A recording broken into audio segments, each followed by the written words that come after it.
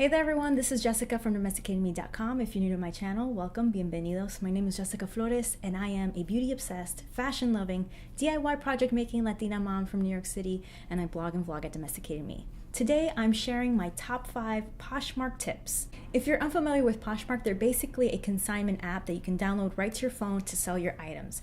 Now, when I first started, it was only women's fashion, but now that has broadened up to include men's fashion and kids. So if you have items, clothes, shoes, unused beauty products that are just sitting around that you've never used or are lightly worn in the case of clothes, then you can list it in your Poshmark closet and sell it.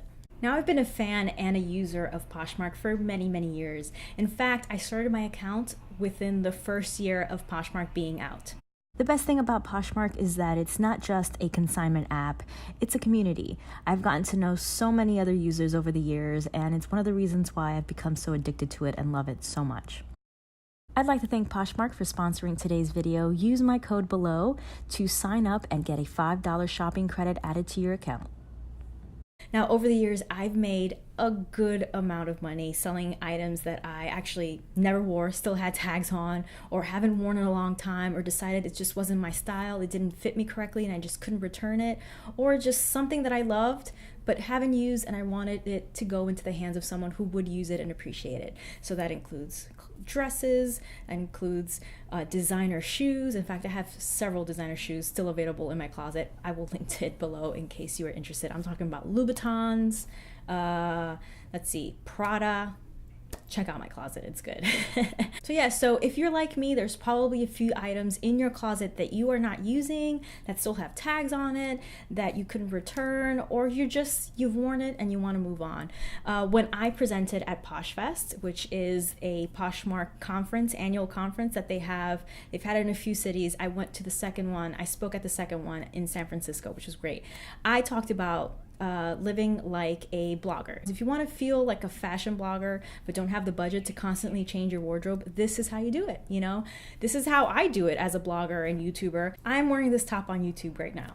If I do an outfit of the day, I will photograph it and take lots of beautiful pictures of it, but then I'll wear it out in my personal life, but then I feel like, okay, this is like a uniform. A ton of people have seen me. So what do?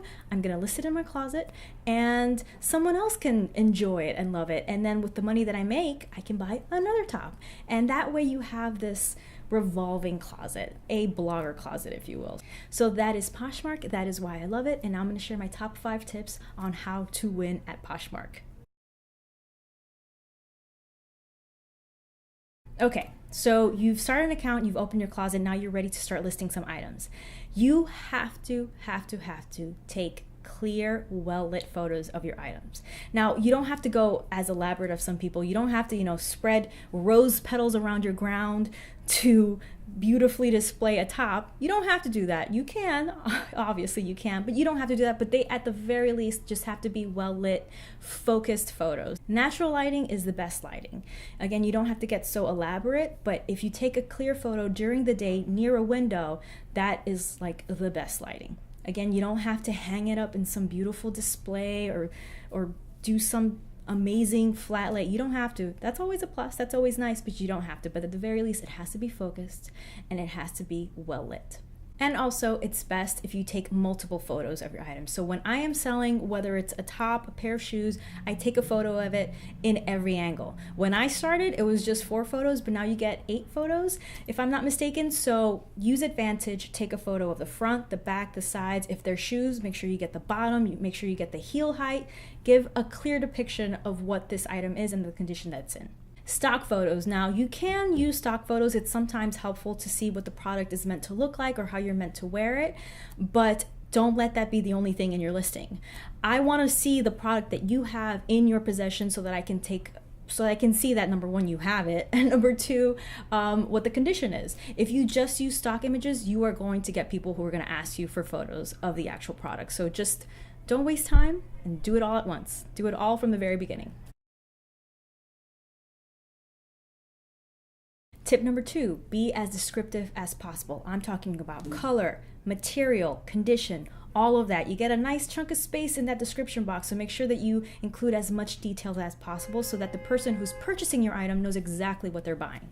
So this means measuring what you can, whether it's the heel height or the opening of the collar or the length from shoulder to bottom, etc. I always like to take a photo of the tag, which will tell you exactly what materials the product is made of. It's just an easy way to get that out of the way and you don't use up that space in the description.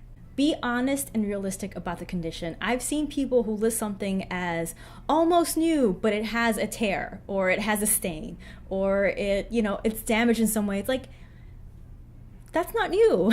There's wear to it. So just be honest about it, because honesty is just the best policy. Tip number 3, always have multiple listings available. Now, obviously, it makes sense. The more listings you have, the more possibilities you'll have to make a sale. Duh, I know. But it's also good to give people an idea of what they can come to your closet for. Whether it's athletic wear or high fashion, having multiple listings will be able to create a real profile for you and for the people who are going to be buying from your closet and hopefully coming back again and again. Now, the best way to really win at Poshmark is to be active and participate. That means sharing your items over and over again throughout the day, sharing other people's items because they might reciprocate and share your items back, and participate in those parties. So if it's, athletic wear and you have a pair of sneakers, go ahead and share it. But the more active you are, obviously, the more people will be able to see your items in their feed. And that way it's kind of like like any social media. The more active you are, the more people see you, the more possibilities you'll get to make a sale.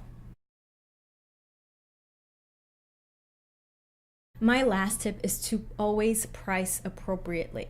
Now, a simple way to do that is to figure out the category, the item that you have, and then check to see if you can find comparable or the exact same pieces already on Poshmark. And that'll give you an idea of what those items are selling for, so that you're not pricing your item either way too high or way too low. But again, always consider condition. You can have a really cool pair of Louis Vuitton shoes in your closet, but if they are super damaged and it can't get fixed, people are not going to pay top dollar for that.